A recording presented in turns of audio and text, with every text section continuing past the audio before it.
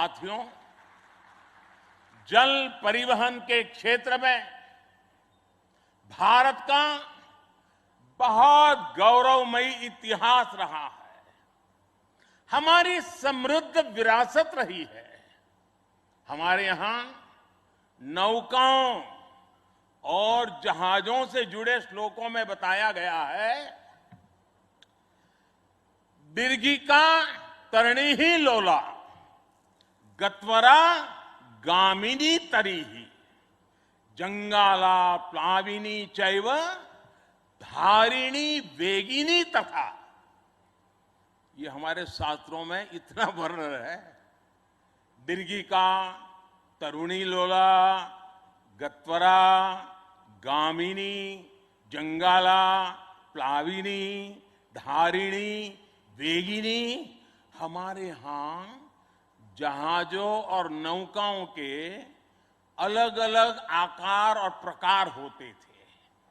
हमारे वेदों में भी नौकाओं, जहाजों और समुद्र से जुड़े कितने ही मंत्र आते हैं। वैदिक काल से लेकर गुप्त काल और मौर्य काल तक भारत के समुद्री सामर्थ्य का डंका पूरे विश्व में बजता था। छत्रपति वीर शिवाजी महाराज ने इस समुद्री सामर्थ्य के दम पर ऐसी नौसेना का निर्माण किया जो दुश्मनों की नींद उड़ाकर रखती थी। जब अंग्रेज भारत आए तो वो भारतीय जहाजों और उनके जरिए होने वाले व्यापार की ताकत से घबराए रहते थे। इसलिए उन्होंने भारत की समुद्री सामर्थ्य की कमर तोड़ने का फैसला लिया। इतिहास गवाह है कि कैसे उस समय ब्रिटिश संसद में कानून बनाकर भारतीय जहाजों और व्यापारियों पर कड़े प्रतिबंध लगाए दिए गए थे।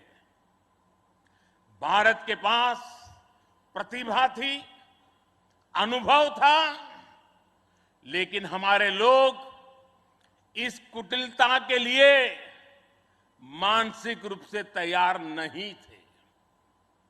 हम कमजोर पड़े और उसके बाद गुलामी के कालखंड में अपनी ताकत को धीरे धीरे भुला बैठे। अब आजादी के अमृत काल में भारत अपनी उस खोई हुई शक्ति को वापस ला रहा है। उस ऊर्जा को फिर से जगा रहा है। साथियों, आज 2 सितंबर 2022 की ऐतिहासिक तारीख को इतिहास बदलने वाला एक और काम हुआ है। आज भारत ने गुलामी के एक निशान, गुलामी के एक बोझ को अपने सीने से उतार दिया है। आज से भारतीय नौसेना को एक नया ध्वज मिला है। अब तक भारतीय नौसेना के ध्वज पर गुलामी की पहचान बनी हुई थी, लेकिन अब आज से छत्रपति शिवाजी महाराज से प्रेरित नौसेना का नया ध्वज समंदर और आसमान में लहराएगा।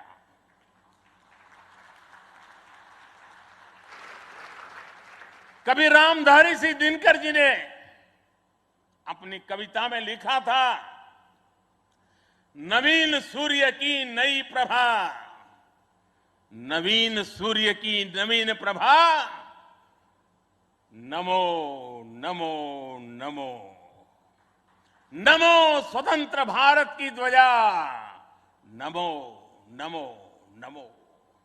आज इसी ध्वज वंदना के साथ मैं ये नया ध्वज नौसेना के जनक छत्रपति वीर शिवाजी महाराज को समर्पित करता हूं।